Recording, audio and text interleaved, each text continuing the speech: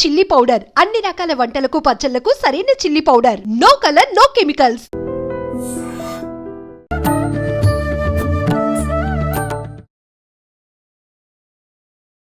నమస్కారం, welcome to I dream. Dharma Margam with Vijitha కార్యక్రమానికి స్వాగతం. ప్రస్తుతం మనతో పాటు ఉన్నారు ప్రముఖ జ్యోతిష్యులు, ఆధ్యాత్మికవేత్త మారెళ్ల రవిశాస్త్రి గారు. ఇప్పుడు వారితో మాట్లాడి మరిన్ని విషయాలు తెలుసుకుందాం. నమస్కారం అండి. గురుగారు, వినాయక చవితి రోజున మనం ఆ గణపయ్యని ఏ రకంగా ఆరాధిస్తే మనం అనుకున్న పనుల్లో ఆటంకాలు లేకుండా ఆ విఘ్నాలు తొలగిపోయి ముందుకు వెళ్ళే అవకాశం ఉంటుందంటారు? ఓం శ్రీ గురుభ్యో నమః. గణపతిని మహాగణపతిని విఘ్నాధిపతి అంటారు. అంటే విఘ్నాలు తొలగించేవాడు. మనకి ఈ యొక్క మహాగణపతిని మనం ఏ విధంగా ఆరాధించుకుంటే మనకు ఉన్నటువంటి విఘ్నాలు తొలగిపోతాయి. గణపతి అనే పేరు తలవంగానే చాలా వరకు మనలో ఉన్నటువంటి విఘ్నాలు తొలగిపోతూ ఉంటాయి. ఆయన ఆరాధన చేయాలన్న ఆలోచనే మనకి విఘ్నాలు తొలగిపోవడానికి చాలా మూల బీజం. అయితే దీనికి మనకి కొన్ని ఆరాధనా పద్ధతులు ఉన్నాయి. కొన్ని నాకు తెలిసినవి చెప్తాను. ఏంటి అంటే, గణపతిని 9 రోజులు వీలైతే గరికతోనూ లేకపోతే అక్షింతలతోనూ గణపతిని పూజ చేసుకుంటూ 9 రోజులు దీపారాధన మామూలు పూజా విధానం చేసుకుంటూ ఆ తర్వాత వీలైనంత ఎక్కువసేపు ఓం గం గణపతయే నమః, ఓం గం గణపతయే నమః అనే మంత్రాన్ని వీలైనంత ఎక్కువసేపు కానీ చేయగలిగితే ఆటోమేటిక్గా మనకి ఉన్నటువంటి విఘ్నాలు తొలగిపోతాయి. అది కాకుండా గణపతి వినాయకుడిని నవరాత్రుల్లో కానీ ఇది ఇంకా చేయగలిగితే రోజు ఈ మంత్రాన్ని ఓం గం గణపతయే నమః, ఓం గం గణపతయే నమః అనేది ఎంత వీలైనంత వరకు ఎక్కువగా చేయగలిగితే ఉన్నటువంటి విఘ్నాలు తొలగిపోవటం జరుగుతుంది. మనం గణపతిని మన షట్చక్రాల్లో మూలాధారానికి అధిపతిగా చూస్తాం. మూలాధారము అనగానే మనకి సర్వైవల్ ప్రాబ్లం. ఎవరైతే మనకి ఈ నీడ్స్ని ఫుల్ఫిల్ చేసుకోలేకుండా ఇబ్బంది పడుతుంటారో, అంటే ఎవరైతే స్కూల్ ఫీజులు కట్టలేక ఇబ్బంది పడుతుంటారు, లేకపోతే ఈ పని అయితే నా జీవితం బాగుంటుందని ఇబ్బంది పడుతుంటారు, లేకపోతే ఇవన్నీ సర్వైవల్ ప్రాబ్లమ్స్.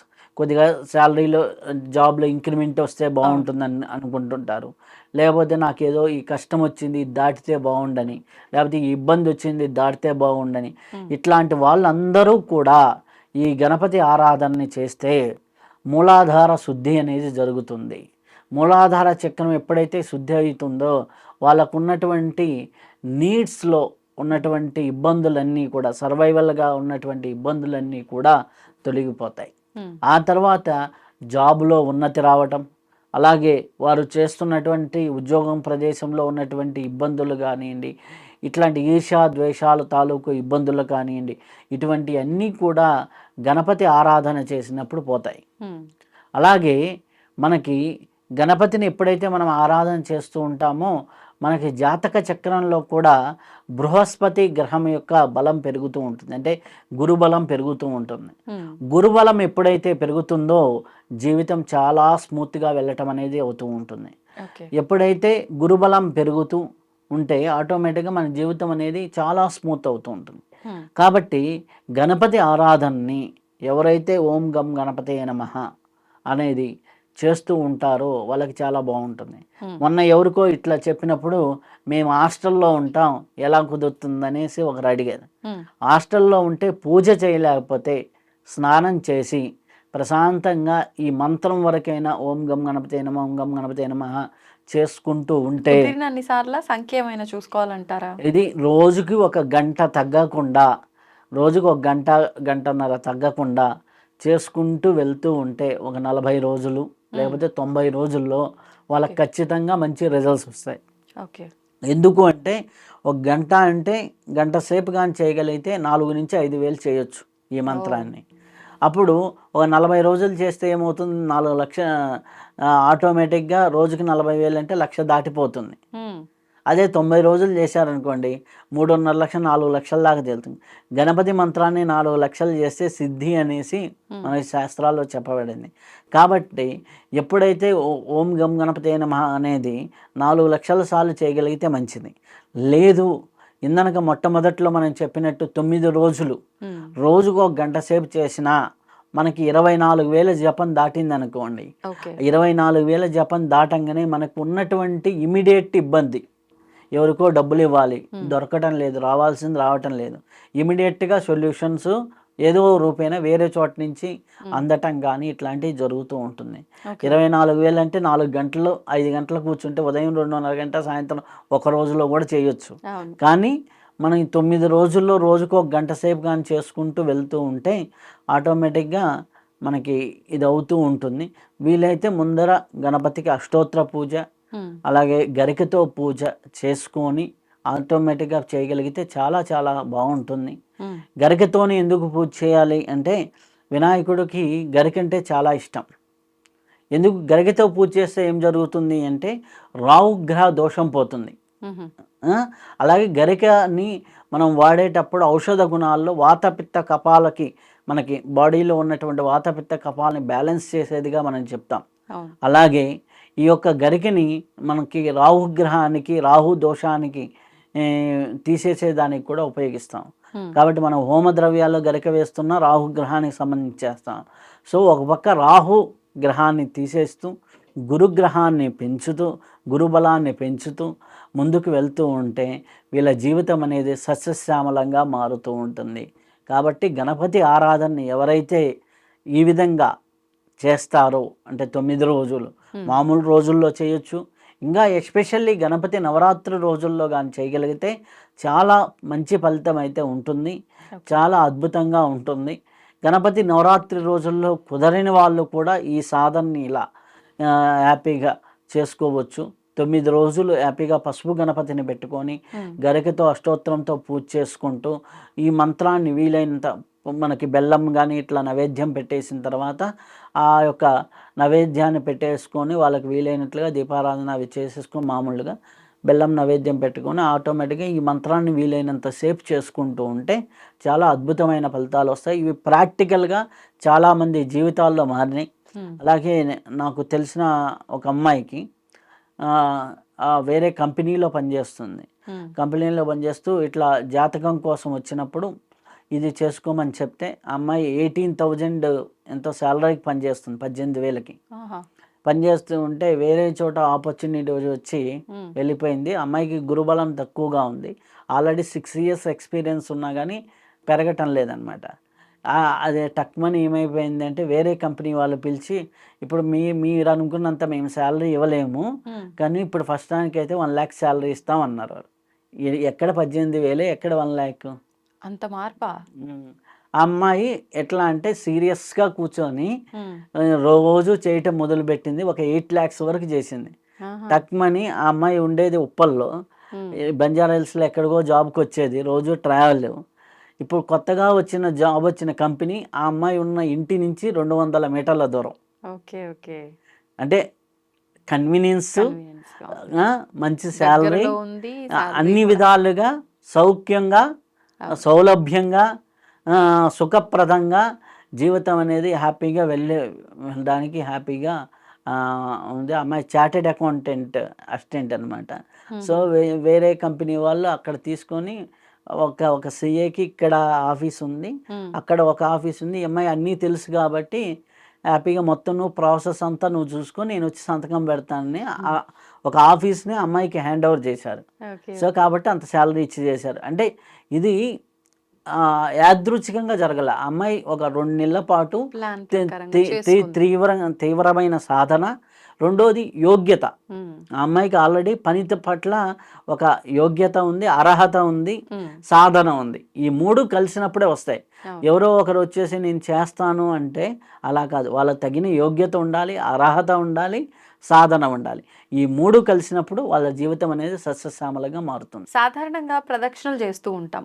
కొన్ని ఆలయాలకు వెళ్తే ప్రత్యేకించి ఇక్కడ ఇన్ని ప్రదక్షిణలు చేసి మన కామ్యం ఏంటో కనుక సంకల్పం చెప్పుకుంటే ఖచ్చితంగా నెరవేరుతుంది అని చెప్పి, అంటే భగవంతుణ్ణి బట్టి మనం ప్రదక్షిణలు చేసే విధానం ఉంటుందా, లేదు అంటే మనం సంకల్పం చెప్పుకునే దాన్ని బట్టి ఇన్ని ప్రదక్షిణలు చేయాలని మనం అనుకునే దాన్ని బట్టి ఉంటుందా, అసలు ఎలా ఉంటుంది? ఈ ప్రదక్షిణలు చేయడానికి కూడా సమయం అవసరమా, సంఖ్య అవసరమా, భగవంతుణ్ణి బట్టి చేసే విధానం మార్చాల్సి ఉంటుందా? మొత్తం కంప్లీట్గా ప్రదక్షిణల గురించి వివరణ కావాలి. ఓం శ్రీ గురుభ్యో నమ. ప్రదక్షిణ మనకి తీసేస్తే ఏమవుతుంది? దక్షిణ. దక్షిణ. దక్షిణ అంటే ఏంటి? మనము ఒక గురువు గారికి ఇచ్చే మనీ కావచ్చు, ఏదైనా దక్షిణ రూపంలో మనం ఇస్తాం. ప్రబలమైన దక్షిణే ప్రదక్షిణ. ప్రబలమైన అంటే? ప్రబలమైన అంటే విశేషమైన. ఓకే. దక్షిణే ప్రదక్షిణ అంటే విశేషమైన దక్షిణ అంటే భగవంతునికి మనకి విశేషంగా మనం సమర్పించుకునేది ఏంటంటే ప్రబలమైన ప్రదక్షిణం. దీంట్లో ఎందుకు ప్రదక్షిణ చేస్తే అంత ప్రాముఖ్యత అంటే, మనకి సైంటిఫికల్గా చూస్తే మనకి ఉన్నటువంటి మూల విరాట్ ఏదైతే ఉందో, మూల విరాట్ కింద మనకి యంత్రం ఉంటుంది. ఏ దేవి దేవత ప్రతిష్ట చేసేప్పుడు యంత్రం, నవరత్నాలు, ఇంకా కుదిరితే పూర్వకాలంలో బంగారాలు ఇట్లాంటి అవన్నీ కూడా రత్న ఖజితాలు అవన్నీ కూడా వేసేవాళ్ళు, నవరత్నాలు. వాటిని అన్నిటి మీద యంత్రం పెడతారు. యంత్రం మీద విగ్రహాన్ని ఉంచుతారు. విగ్రహాన్ని ఉంచితే ఆ యొక్క విగ్రహం మనకి ఉంటుంది. అక్కడ ఉన్నటువంటి పండితుల యొక్క వేద మంత్ర ఉచ్చారణ, వేద మంత్ర పఠనం వల్ల అక్కడ ఏమవుతుంది అంటే ఆ యొక్క వైబ్రేషన్ పెరుగుతూ ఉంటుంది. ఈ వైబ్రేషన్తో పాటు యూనివర్సల్ ఎనర్జీ రిసీవింగ్ ఉంటుంది గోపురానికి. ఓకే. యూనివర్సల్ ఎనర్జీ ఎప్పుడైతే రిసీవింగ్ ఉంటుందో ఆ రిసీవింగ్ మనకి ఈ యొక్క విగ్రహం మీద నుంచి యంత్రంలో పడి ఎక్స్పాండ్ అవుతూ ఉంటుంది. ఎప్పుడైతే ఆ ఎక్స్పాన్షన్ జరిగిందో అది గర్భాలయం చుట్టూ ఎక్కువగా ఉంటుంది. పవర్. ఓకే. ఆ పవర్ అనేది, ఆ శక్తి అనేది, ప్రాణశక్తి అనేది గర్భాలయం చుట్టూ మీకు చాలా విశేషంగా ఉంటుంది. ఆ విశేషంగా ఉన్నటువంటి ఆ పవర్ని, ఆ యూనివర్సల్ పవర్ని మనం తీసుకోవాలి అంటే గర్భాలయం దగ్గరగా మనం సంచరించాలి. దీనికి మన వాళ్ళు పూర్వకాలంలో సుసాంప్రదాయంగా పెట్టిందంటే గుడి చుట్టూ ప్రదక్షిణ అనే కాన్సెప్ట్. ఎప్పుడైతే ఈ ప్రదక్షిణ చేస్తూ ఉన్నామో ఆటోమేటిక్గా ఏమవుతుంది, ఆ యొక్క డివైన్ పవర్లోకి, ఆ డివైన్ ఎనర్జీలోకి, ఆ విశ్వశక్తిలోకి నీ శరీరం వెళ్ళి తిరుగుతుంది. ఎప్పుడైతే డివైన్ పవర్లో నీ శరీరం ఉందో నీలో ఉన్నటువంటి నెగిటివ్ ఎనర్జీస్ కానీ, నెగిటివ్ ఆరాస్ కానీ, నెగిటివ్ దృష్టి దోషాలు కానీ, ఇటువంటి అన్నీ కూడా అక్కడ క్లెంజ్ అయిపోతూ ఉంటాయి. అంటే ఎట్లా అంటే, ఇప్పుడు సపోజ్ ఇప్పుడు వర్షాలకి కారు రోడ్డు మీదకి వెళ్ళింది అనుకోండి, బురద అంతా పడుతుంది. మనం నీళ్లు పోస్తే ఏమవుతుంది? క్లీన్ అవుతుంది. ఊరక మామూలుగా నీళ్లు పోసామనుకోండి ఇంటి దగ్గర అయితే పెద్ద పోదు. అదే మనం ఫోర్స్ఫుల్గా వాళ్ళు వాటర్ సర్వీసింగ్ వాళ్ళు చేస్తే వాళ్ళ దగ్గర స్పీడ్గా కొట్టే మిషన్స్ ఉంటాయి.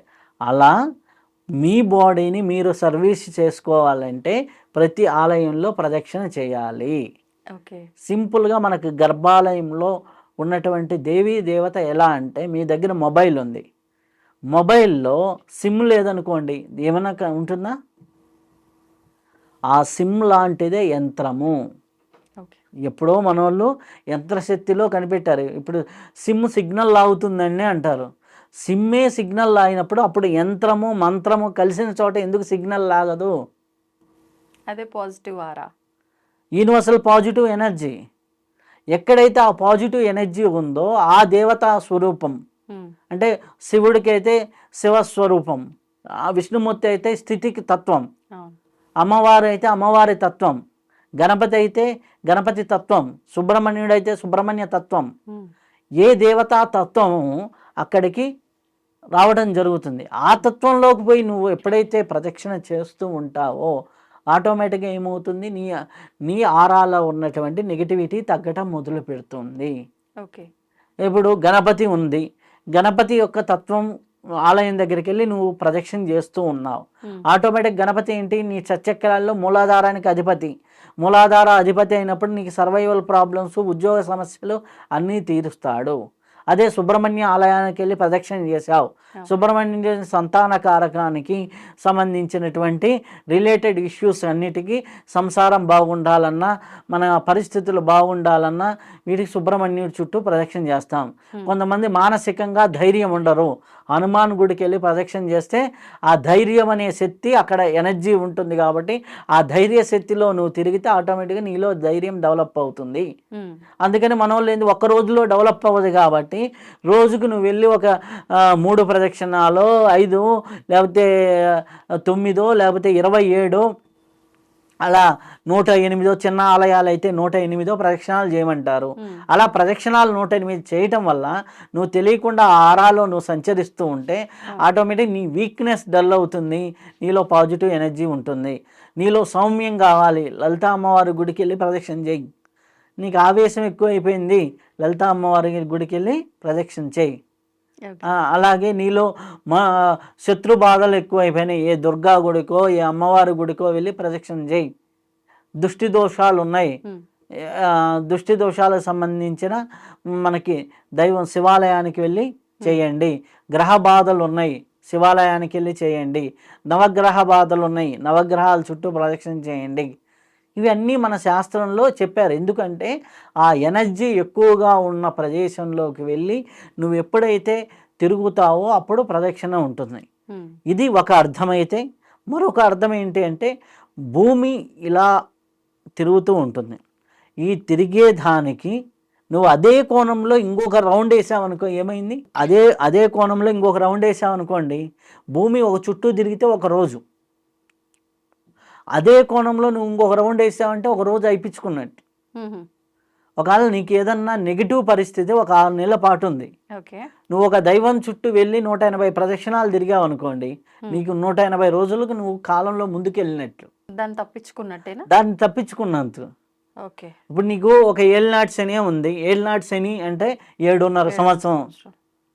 ఓకే, ఒక 100 ప్రదక్షిణాలు ఒక శివాలయంలో శివలింగానికి మీరు చేశారు, రోజు ఒక గంటన్నర టైం పెట్టుకొని 3 రోజులకి ఏమైంది, 1 ఇయర్ అయిపోయింది.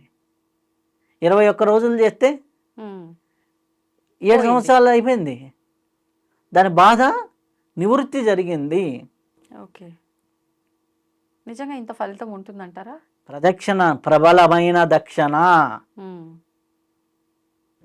Positive energy, cell phone, SIM. ఏ సమయంలో చేయాలంటారు ప్రదక్షిణ కరెక్ట్ గా? ఫలితం మనకు రావాలి పూర్తిగా ఎప్పుడైతే ఎంటీ స్టమక్ తో చేస్తే ఎక్కువ ఎనర్జీ రిసీవింగ్ ఉంటుంది. ఎంటీ స్టమక్ ఎప్పుడు ఉంటే అప్పుడు చేస్తే మంచిది. మళ్ళీ ఇప్పుడు 11 గంటలప్పుడు నేను ప్రదక్షిణ చేస్తే కాళ్ళు కాలుతున్నాయి అనేది ఒకటి, లాగా ఇట్లాంటి శ్రద్ధ పెట్టలేకపోవటం, లేకపోతే టిఫిన్ చేయలేదనే బాధ ఒకటి, ఇటువంటివన్నీ కాకుండా ఉదయాన్ని 8 గంటల లోపల హ్యాపీగా ప్రదక్షిణ చేస్తే చాలా మంచిది. ఇప్పుడు మీరు అన్నట్టుగా ఆలయంలో అయితే విగ్రహ ప్రతిష్ట సమయంలో యంత్రాలు రకరకాలవన్నీ కూడా అక్కడ స్థాపన చేస్తారు కాబట్టి అంత బలం ఉంది, దానివల్ల మనకు పాజిటివ్గా ఉండి మనం అనుకునే నెరవేరుతాయి. చెట్ల చుట్టూ కూడా ప్రదక్షిణలు చేస్తుంటాం కదా, మరి అది ఎలా తీసుకోవచ్చు అంటారు? కొన్ని దైవీ వృక్షాలు ఉన్నాయి కదా, ఇప్పుడు వేప చెట్టు రావి చెట్టు కలిసిన చోట, వేప చెట్టు రావి చెట్టు కలిసిన చోట మీకు రావి చెట్టు చుట్టూ ప్రదక్షిణాలు చేస్తే ఆటోమేటిక్ గైనిక్ ప్రాబ్లమ్స్ పోతాయి కదా, ఆ ఎనర్జీ ఉంది. అందులో దేవతా శక్తి ఉండడం వల్ల, లేదంటే ఒక్కొక్క వృక్షంలో ఒక్కొక్క దాంట్లో ఒక ఎనర్జీ ఉంటుంది. ఆ ఎనర్జీ వల్ల ఆటోమేటిక్గా ఆ రెండు కలిసి ఉన్న దగ్గర తెలియకుండానే సుబ్రహ్మణ్యం తాలూకు ఎనర్జీ ఉంటుంది. కాబట్టి ఆ యొక్క ప్రదక్షిణ చేసినప్పుడు ఆటోమేటిక్గా మీకు ఆ ఫలితం వస్తుంది. అందుకని ఏం చేస్తారు, ఆ ప్రదక్షిణ చేయాలి అంటే ఏం చేయాలి, మన వాళ్ళు నీకు అక్కడ టైం స్పెండ్ చేయాలి. రావి చెట్టు ఉండరు కదా, 108 ఒక దారం పోగు తీసుకొని చుట్టండి. 108 చుట్టేసరికి ఇల్లు ఒక 2 గంటలో 3 గంటలో పడుతుంది. ఆ 2-3 గంటలు అక్కడ టైం స్పెండ్ చేస్తే వీళ్ళ ఆరాలో ఉన్నటువంటి ప్రాబ్లమ్స్ క్లియర్ అవుతాయి. Okay okay. కాబట్టి ఇట్లా ఒక ప్రబలంగా మనం ఏదైనా ఫలితం ఆశించాలన్నా మీ యొక్క కష్టం ఇంకెప్పటికి తీరుతుందిరా బాబు అనుకున్నప్పుడు కానీ, ఏ సొల్యూషన్ లేని ప్రాబ్లమ్స్ కానీ మీరు ఒక శివాలయానికి వెళ్ళి రోజు 41 ప్రదక్షిణాలు రోజు కానీ ఒక శివాలయంలో వెళ్ళి కానీ చేయగలిగితే గట్టిగా 41 డేస్ తర్వాత మీ జీవితం ఖచ్చితంగా మారుతుంది. ఓకే. ఎందుకంటే రోజు ఇప్పుడు మనం ఒక వ్యక్తి దగ్గరికి వెళ్ళి నువ్వు సూపర్ అండి అని ఒక పాజిటివ్ మాటలు 4 విని వచ్చామనుకోండి, ఆ రోజు తెలియకుండా ఉత్సాహంగా ఉంటాం. సో ఆ ఉత్సాహము మనలో ఆ శక్తి కొద్దిగా కలిగితేనే ఉంటుంది.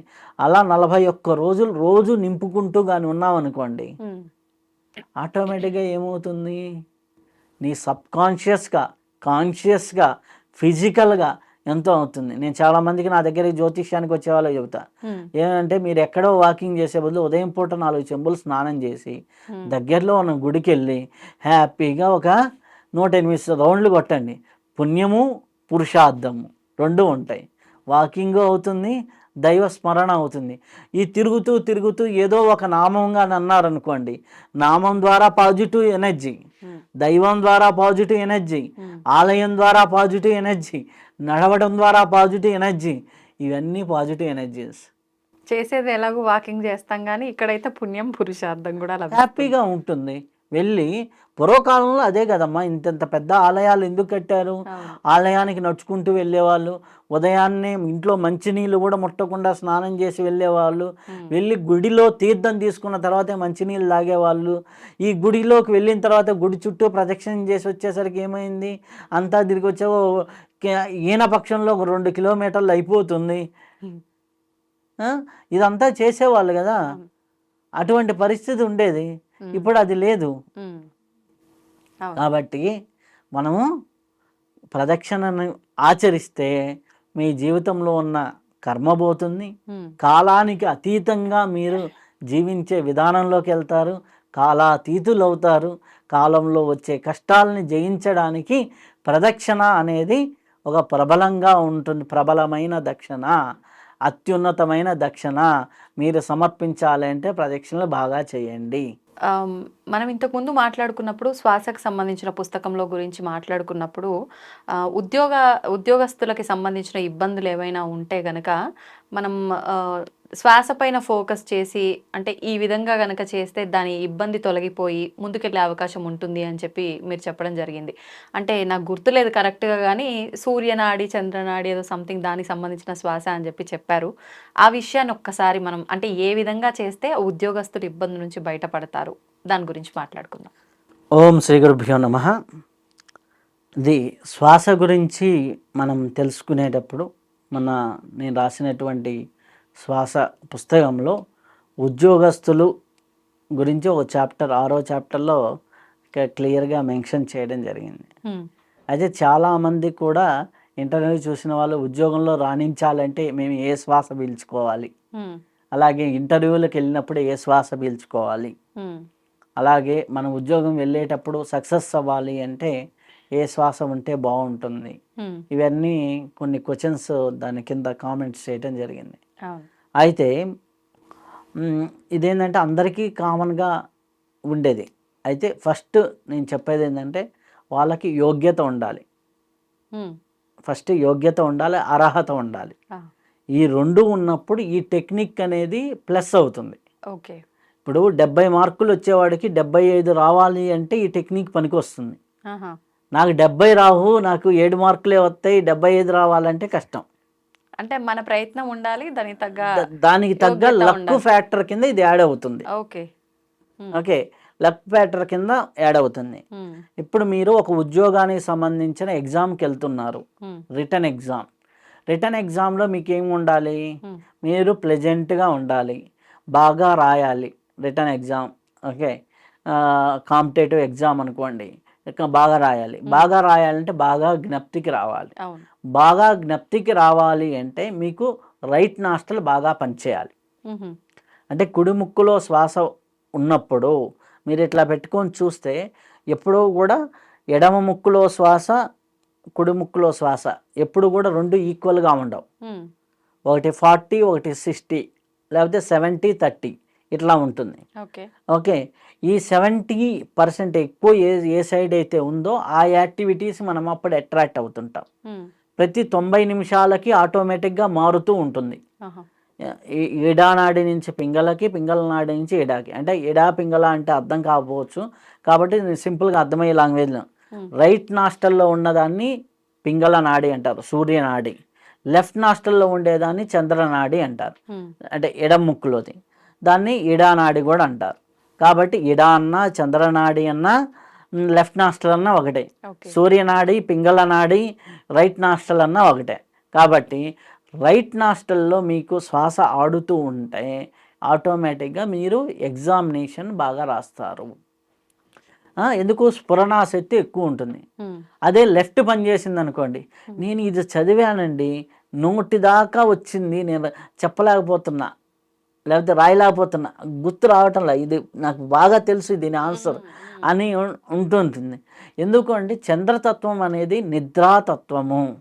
చంద్రతత్వం అనేది మంపుతో కూడుకున్నది, సౌమ్యంగా కూడుకున్నది, స్ఫురణాశక్తి తక్కువగా ఉంటుంది, ఫ్లో ఉండదు. అబ్బా ఈరోజు నేను మాట్లాడానండి, చాలా ఫ్లో వచ్చేసింది అంటారు కదా. సో ఎప్పుడైతే రైట్ నాస్టల్ పనిచేసిందో రిటర్న్ ఎగ్జామ్స్లో బాగా ఆన్సర్ చేస్తారు. మీరు అనుకున్న దానికంటే ఒక 5 మార్కులు 10 మార్కులు ఎక్స్ట్రా స్కోర్ చేయడానికి. అక్కడ అది జరగాలి అంటే ముందర మీరేం చేయాలి? ప్రాణాయామం చేసుకోవాలి. ప్రాణాయామం ఏం చేసుకోవాలి? లెఫ్ట్ ఇన్ లెఫ్ట్ అవుట్ కొంచెంసేపు, రైట్ ఇన్ రైట్ అవుట్ కొంచెంసేపు చేసి ఒక గంటన్నర ముందరనే లెఫ్ట్ ఇన్ లెఫ్ట్ అవుట్ ఒక 10 నిమిషాలు, ఒక 4-5 నిమిషాలైనా మినిమం చేసుకుంటే, ఎందుకు దీని యొక్క సైంటిఫిక్ ఏంటి, ప్రతి 60 నుంచి 90 నిమిషాల్లో ఆటోమేటిక్గా మారుతుంది. ఒక గంటన్నర ముందర మీరు చేశారనుకోండి, ఈ గంటన్నర మీరు చంద్రనాడు ఉంటే మీరు ప్లెజెంట్గా కామ్గా ఉంటారు. అంటే ఎగ్జామ్ ముందర టెన్షన్ ఉండదు. ఓకే, ఎగ్జామ్ ముందర టెన్షన్ ఉండదు. కరెక్ట్గా అక్కడికి వెళ్ళేసరికి మీకు సూర్యనాడి వస్తుంది, స్ఫురణాశక్తి ఉంటుంది. మీరు ముందర నుంచి టెన్షన్ పడుతూ ఉన్నారనుకోండి, సూర్యనాడి యాక్టివేట్ అయిపోతుంది. ఇక్కడి నుంచి సూర్యనాడి ఎగ్జామ్ హాల్లో పోయి చంద్రనాడి వస్తుంది, అప్పుడు ఆటోమేటిక్గా మీకు గుర్తులో ఉండదు. చంద్రనాడి యాక్టివేట్ అయితే గుర్తు ఉండదు, సూర్యనాడి యాక్టివేట్ అయితే ఎక్కువ ఫ్లో వస్తుంది అనమాట. అలాగే మీకు డైరెక్ట్ ఇంటర్వ్యూ, అంటే డైరెక్ట్ ఇంటర్వ్యూ ఉంది. డైరెక్ట్ ఇంటర్వ్యూలో కూడా ఇదే సేమ్. సూర్యనాడి ఎక్కువగా పనిచేస్తుంది అనుకోండి, వాళ్ళకి ఫ్లో అంటే బాగా గుర్తొచ్చేసి బాగా ఆన్సర్ చేసేస్తారు. చంద్రనాడి ఉందనుకోండి, అబ్బా వీళ్ళు ఏదో కొద్దిగా తక్కువ లేండి, కొద్దిగా అంత ఎఫిషియెంట్ కాదు అనే నేచర్లో ఉంటారు. ఓకేనా, ఇది ఉంటుంది. అదే జాబ్ ఫీల్డ్లో మీరు క్లోజ్ సర్ఫేస్లో కొంతమంది ఎంప్లాయీస్తో మాట్లాడాలి. అంటే అబ్బా మనం పర్సనల్గా పిలిచి మాట్లాడుకోవాలి. ఇప్పుడు మంచిగా మనం ఫ్రెండ్స్, మనం బాగా వర్క్ చేద్దామని, అప్పుడు చంద్రనాడి ఉండాలి. ఎందుకు? అప్పుడు సూర్యనాడి ఉందనుకో, అగ్రెసివ్గా నువ్వు చెయ్యాలి అనేది కమాండింగ్ ఉంటుంది. కమాండింగ్ లేకుండా వాళ్ళని నొప్పించకుండా ఒప్పించుకునే పద్ధతిలో ఉంటాయి కదా, ఆ నొప్పించకుండా ఒప్పించుకునే మీటింగులన్నిటికీ చంద్రనాడి స్మూత్గా చంద్రనాడి ఉండాలి. అదే ఒక క్లయింట్తో మాట్లాడుతున్నారు, డైనమిక్గా మాట్లాడాలి, సూర్యనాడి ఉండాలి. డైనమిక్గా మాట్లాడాలంటే సూర్యనాడి. లేకపోతే ఒక డిస్కషన్ ఉంది, డైనమిక్గా మాట్లాడాలి, సూర్యనాడి కావాలి. అదే ఒక బాస్తో ఇండివిజువల్గా మాట్లాడాలి, అంటే 1-on-1, బా ఈడెంతో మంచోడు, ఇంత సౌమ్యుడు అంటే అప్పుడు చంద్రనాడి ఉండాలి. అంటే 1-on-1కి, ఫ్రెండ్షిప్ సర్కిల్కి, ఫ్రెండ్షిప్ ఏరియాకి, సౌమ్యమైన ఏరియాకి చంద్రనాడి, డైనమిక్కి, స్ఫురణాశక్తికి, నీ టాలెంట్ చూపించడానికి, ఈ క్షణంలో నేను ఏదో ప్రూవ్ చేసుకోవాలనుకున్న దానికి, ఆ ప్రూవ్ చేసుకునే ప్రతి కాన్సెప్ట్కి సూర్యనాడి పనిచేయాలి. సూర్యనాడి అంటే ఇప్పుడు సూర్యనాడి ఎట్లా యాక్టివేట్ అవుతుంది అన్నారనుకోండి, సూర్యనాడి అంటే right in right out, right out ఎక్కువ అవ్వాలి అనుకోండి. Simple technique. మీకు ఇప్పుడు నేను ఎగ్జామ్ హాల్లోకి వెళ్తున్నా, లేకపోతే ఇంటర్వ్యూ రూమ్లోకి వెళ్తున్నా, లేకపోతే ఒక సెమినార్ ఇవ్వబోతున్నా, నాకు సూర్యనాడి కావాలి. ఓకే, సూర్యనాడి కావాలి. అప్పుడు ఏం చేయాలి? నాకు చంద్రనాడి ఆడుతుంది. ఏం చేయాలి? సూర్యనాడి మాడేంత వరకు గమ్ము కూర్చోవాలా? అప్పుడు ఎగ్జామ్ టైం అయిపోతుంది కదా. అప్పుడు మనం చంద్రనాడి నుంచి సూర్యనాడికి మార్చుకునే టెక్నిక్ ఉంది. అదేంటంటే, మీకు సూర్యనాడి కావాలి అనుకోండి, రైట్ నాస్టల్ కావాలి, లెఫ్ట్ వైపు ఈ పక్కటెముకల మీద ప్రెస్ చేయాలి. ఓకే, ఒక 3 minutes కానీ ప్రెస్ చేసామంటే ఆటోమేటిక్గా, పూర్వకాలంలో మన ఋషులు యోగదండాన్ని ఇట్లా పెట్టుకునేవాళ్ళు. అలా పెట్టుకోవడం వల్ల ఇటుపక్క మారుతుంది. ఓకే, ఇటుపక్క ప్రెస్ చేస్తే ఇటుపక్కకు మారుతుంది.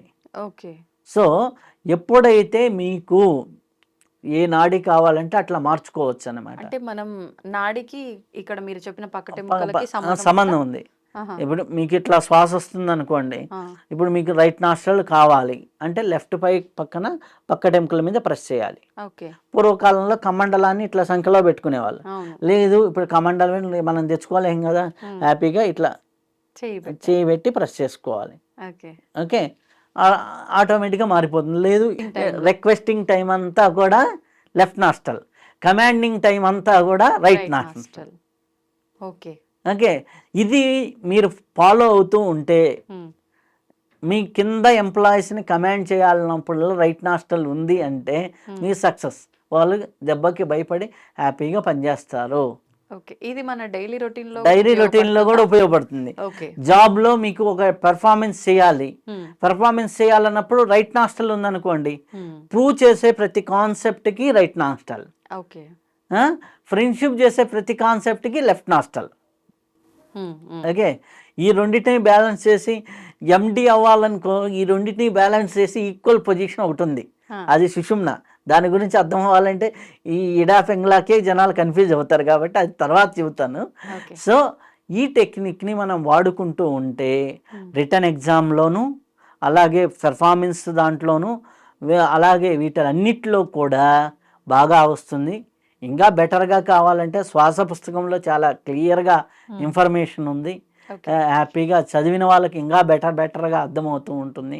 కాబట్టి అది దాంట్లో ఒక ఉద్యోగం అనే అంశంలో ఇన్ని రకాల క్వాలిటీస్లో ఈ శ్వాసను అప్లై చేయొచ్చు. ఓకే, అలాగే మనం ఇంట్లో నుంచి బయటికి వెళ్తున్నాం, ఇంటర్వ్యూకి వెళ్తున్నాం, మీరు ఏ శ్వాస పనిచేస్తుందో ఆ కాలు బయట పెట్టి వెళ్ళండి, మీకు హెల్ప్ దొరుకుతుంది. అంటే పని చేయడం అంటే బ్రీత్ ఇన్ అవడమా, బ్రీత్ అవుట్ అవడమా, ఎలా చూసుకోవాలంటారు? ఇలా వదిలేరా, శ్వాస వదిలేరా, అవును, వదిలినప్పుడు ఏ నాస్ట్రల్లో నుంచి మీకు బ్రీత్ అవుట్ ఎక్కువ అవుతుంది? ఓ, అది వర్క్ ఎక్కువ చేస్తుంది. ఓకే. ఓకే, ఇప్పుడు ఇట్లా పెట్టండి, మీకు ఏ శ్వాస ఉంది, రైట్ ఎక్కువ ఉందా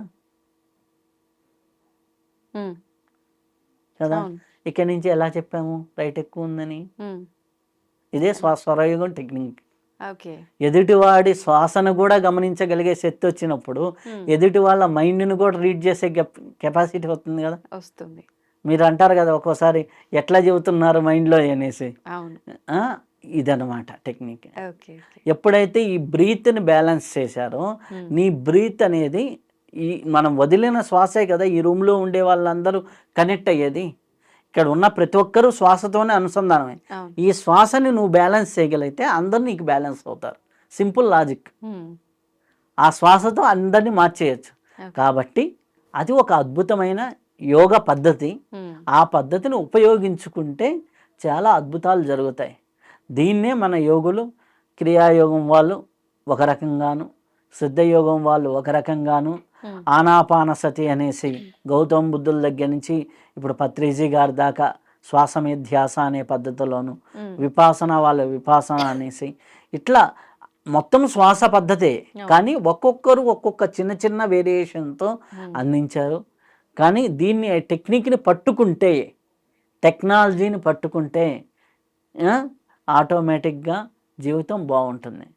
మొన్న ఎవరో అడిగారు దానికి దీనికి డిఫరెన్స్ ఏంటంటే, మీరు ఏదైనా ఒక విషయాన్ని చాట్ జీపీటీలో సెర్చ్ చేసేదానికి, గూగుల్లో సెర్చ్ చేసేదానికి ఎంత డిఫరెన్స్ ఉంటుంది? గూగుల్లో మనమే పోయి ఎత్తుక్కోవాలి, చాట్ జీపీటీలో మొత్తం అదే ఇస్తుంది. కాబట్టి స్వరయోగం ఉపయోగించుకుంటే మీ జీవితం చాట్ జీపీటీ లాగా ఉంటుంది, లేదా తేలికైపోతుంది.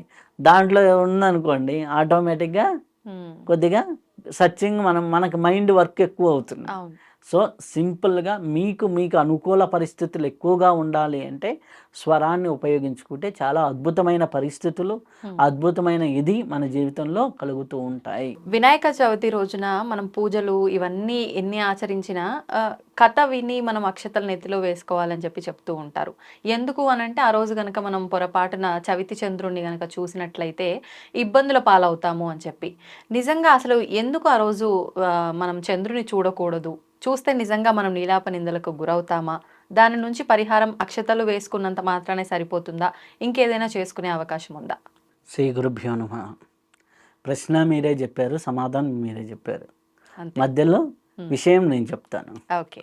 ఇది ఎట్లా అంటే మన గణపతి, మహాగణపతి వినాయక చవితి వ్రత కథ మనం చదువుతున్నప్పుడు మనకి దాంట్లో చంద్రుడి ఘట్టం అనేది వస్తుంది వినాయకుడికి చంద్రుడికి. అయితే వినాయకుడు గణాధిపతి అవుతాడు, 32 గణాలకి అధిపతి ఆయనే అవుతాడు. వినాయక చవితి చాలా ఘనంగా ప్రతి ఒక్కరూ జరుపుకుంటారు.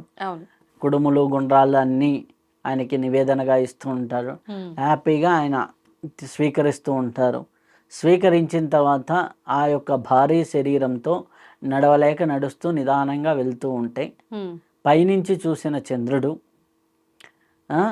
ఆయన సౌందర్యవంతుడు, సన్నగా ఉంటాడు చంద్రుడు, 27 మంది భార్యలు ఆయనకి.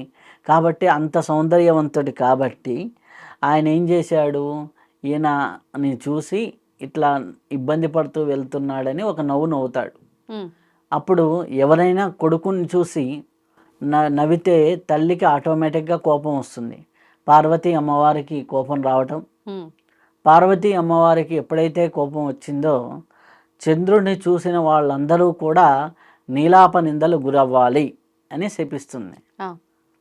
ఒక్కసారి తిరిగి చూసుకుంటే మనకి నెలలో ఒక అమావాస్యకి 2 రోజుల ముందర 2 రోజుల తర్వాత చంద్రుడు చాలా కనిపించడు, మిగిలిన అన్ని రోజులు కనిపిస్తూ ఉంటాడు. లోకమంతా నీలాప నిందలై ఒకరిని ఒకరు కొట్టుకోవడం, ఒకరినొకరు ఇబ్బంది పెట్టుకోవడం జరుగుతూ ఉంటుంది. అప్పుడు వెళ్ళి అందరూ ఋషులంతా వెళ్ళి, సప్త ఋషులంతా వెళ్ళి పార్వతీమాతని మళ్ళీ ప్రార్థించగా అప్పుడు పార్వతీమాత ఒక ఎక్సెప్షన్ లాగా ఇస్తుందన్నమాట. ఓకే, 365 రోజులు కాదు, నా కుమారుని యొక్క పుట్టినరోజు వినాయక చవితి రోజు ఎవరైతే చూస్తారో వారికి నీలాప నిందలు కలుగుతాయి అనేసి చెప్పడం జరిగింది. అయితే ఇది ఎట్లా ఉండగా శ్రీకృష్ణుడి శమంతకోపాఖ్యానం అని వినాయక చవితి వ్రత కథలోనే ఉంటుంది. శమంతకోపాఖ్యానంలో వినాయక చవితి నాడు సాక్షాత్ శ్రీకృష్ణుడే చవితి చంద్రుడిని ప్రత్యక్షంగా కూడా కాదు, పరోక్షంగా పాలకుండలో చూడటం జరుగుతుంది. అప్పుడు ఆయన పాలకుండలో చూడటం వల్ల ఆయన మీదే శమంతకమణిని దొంగిలించాడు అని నీలాప నింద రావటం జరుగుతుంది. అదంతా కూడా ఒక పెద్ద కథ. శమంతకమణి శత్రాజిత్ మహారాజ్ దగ్గర వెళ్ళేసి అవి అడగటము, ఆ తర్వాత వారి యొక్క బావమర్ది దాన్ని వేసుకొని అడవుల్లోకి వెళ్ళటం, అక్కడ ఒక సింహం చూసి ఆ యొక్క శమంతకమణి ఏదో తినే పదార్థం అనేసి అది ఆయన మీద దాడి చేసేసి ఆ మణి తీసుకెళ్ళటం. అక్కడి నుంచి జాంబవంతుడు ఇది నా కుమార్తె అయిన జాంబవతికి ఇస్తే చాలా బాగుంటుంది అనేసి ఆ సింహాన్ని చంపి జాంబవతుడు తీసుకెళ్ళటం. అయితే కృష్ణుడి మీద ఎప్పుడైతే నీలాప నింద పడిందో ఇదంతా కూడా వెళ్తూ వెళ్తూ ఒక్కొక్కటి మార్గంలో చూసుకుంటూ ఆ సింహాన్ని అది చివరికి జాంబవంతుని గృహ దగ్గరికి వెళ్ళటం, జాంబవంతుడితో యుద్ధం చేయటం. ఆ యుద్ధం చేసిన తర్వాత జాంబవంతుడికి సాక్షాత్ నువ్వు శ్రీరామచంద్ర ప్రభువే అనేసి అర్థమవటం. ఆ అర్థమైన తర్వాత అక్కడి నుంచి ఆ యొక్క జాంబవతిని ఇచ్చి ఆయనకి వివాహం చేయటం. ఇదంతా మనకి వినాయక చవితి. అది తీసుకొచ్చేసి ఈ రాజుకు శమంతకమని ఇవ్వగా ఆ రాజు కూడా చివరికి సత్యభావనిచ్చి వివాహం చేయటం. ఇలా మనకి ఆ యొక్క కథ అంతా ఉంటుంది. అప్పుడు శ్రీకృష్ణుల వారు ఇది చూసి చవితి చంద్రుని చూస్తే నాలాంటి వాడికే ఇంత ఇది జరిగింది, సామాన్య ప్రజలకి ఇంకా ఎటువంటి కష్టాలు వస్తాయో, కాబట్టి వినాయకుని యొక్క వ్రతని కథని చదివి ఆ యొక్క పూజలో పాల్గొని ఆ అక్షింతలు ఎవరైతే నెత్తి మీద వేసుకుంటారో వారికి ఈ నీలాప నిందలు వర్తించవు. ఒకవేళ పొరపాటున చవితి చంద్రుడిని చూసినా అవి వర్తించవు అనేసి చెప్పడం జరిగింది. కాబట్టి ఇలా చవితి చంద్రుని దర్శనం అయినా ఆ సాయంకాలం పూట వినాయకుని యొక్క కథ విని అక్షింతలు నెత్తి మీద వేయించుకుంటే మన మీద వచ్చేటటువంటి నీలాప నిందలు తొలగిపోతాయి. కాబట్టి అందరూ వినాయక చవితి రోజున వ్రత కథ వినండి, అక్షింతలు నెత్తి మీద వేయించుకోండి, వినాయక మండపాలకు వెళ్ళండి, దర్శనం చేసుకోండి. మీ మీద వచ్చే నీలాప నిందల్ని తప్పించుకోండి. ఎందుకంటే మన మీద ఎటువంటి నీలాప నిందలు వస్తాయో తెలియదు. ఇప్పుడు అసలే సోషల్ మీడియా యుగంలో నీలాప నిందలు ఎక్కువైపోయినాయి. ఏది నిజమైన వీడియోనో ఏది ఏఐ వీడియోనో అర్థం కాని పరిస్థితులు, ఏది ఒరిజినలో ఏది ఫేకో తెలియదు, ఎవడి మీద ఏం చేస్తాడో తెలియదు. కాబట్టి ఇట్లాంటి పరిస్థితుల్లో గణపతి ఆరాధనని, వినాయక చవితి ఉత్సవాల్లో పాల్గొనటం ప్రతి ఒక్కరికి అవసరం. చవితి చంద్రుడిని చూసినా చూడకపోయినా ప్రతి ఒక్కరికి ఇప్పుడు నీలాపనిందల పరిస్థితి ఉంది. కాబట్టి చవితి చంద్రుడి ఇదే కాదు, వినాయకుడి వ్రత కథ వినండి, వినాయకుడు పూజ చేయండి, ఆ అక్షింతలు నెత్తి మీద వేసుకోండి, మీకు వచ్చే అపనందల్ని తొలగించుకోండి. కాబట్టి ఇది మనకి కథపరంగాను మన జీవితంలో కూడా మనం ఒకరిని చూసి నవ్వితే మనకు వచ్చేటటువంటి ఇబ్బందులు ఎట్నుంచి వస్తాయో కూడా తెలియదు అనేది. అలాగే ఇట్లాంటి ఎన్నో అంశాలతో కూడి ఉంటుంది. అంటే సాక్షాత్తు కర్మభూమిలో ఉన్నటువంటి ఎంతటి మహానుభావులకైనా కర్మ భూమికి సంబంధించినటువంటి ధర్మానికి సంబంధించినటువంటి విషయాల్లో అవి ఆచరించక తప్పదని అవి అన్ని విషయాలు మనకు అర్థమవుతాయి. కాబట్టి వినాయక చవితి రోజున చవితి చంద్రుడిని చూసినా చూడకపోయినా అందరూ వినాయక చవితి రథ కథ విని మీరు అందరూ సంతృప్తి అవి. ఎందుకంటే మనకి మూలాధార చక్రానికి అధిపతి ఆయన. కాబట్టి మనకు ఉన్నటువంటి ఇబ్బందుల్ని అన్నిటినీ తీసేసే విఘ్ననాయకుడు. కాబట్టి ఆయన వ్రత కథ తెలుసుకోవటం వినటం అందరికీ శ్రేయస్కరం, అందరికీ అద్భుతం చేకూరుతుంది, లోక కళ్యాణం చేకూరుతుంది. కాబట్టి వినాయకుడు ఆరాధన పెరగాలి, ఊరూరా జరగాలి, ఊరూరా ఈ రథ కథలు జరుగుతూ ఉంటే అందరికీ మంచిది. శుభం. ధన్యవాదాలు. And for more videos, Please subscribe to iDream. Please subscribe to iDream. Please subscribe iDream. And please subscribe to iDream. For more videos, subscribe to iDream. please like, share and subscribe to the channel. Congratulations, iDream. Subscribe to iDream. Subscribe to iDream. So subscribe to iDream Media. iDream ki iDream team andarki huge congratulations. Please subscribe iDream Media. Please subscribe to iDream. Subscribe iDream. Please subscribe to iDream. iDream అంటే నా కళల channel subscribe చేసుకున్నారు, నోరు తిరుగుతలేదు, మీరైతే గంట గుర్తు కొట్టండి. For more such videos, please subscribe to iDream. Subscribe to iDream. Please subscribe to iDream. Please subscribe iDream Media. Please do subscribe to iDream. Please subscribe to iDream Media. For best entertainment and information, please subscribe iDream. And don't forget to subscribe to iDream.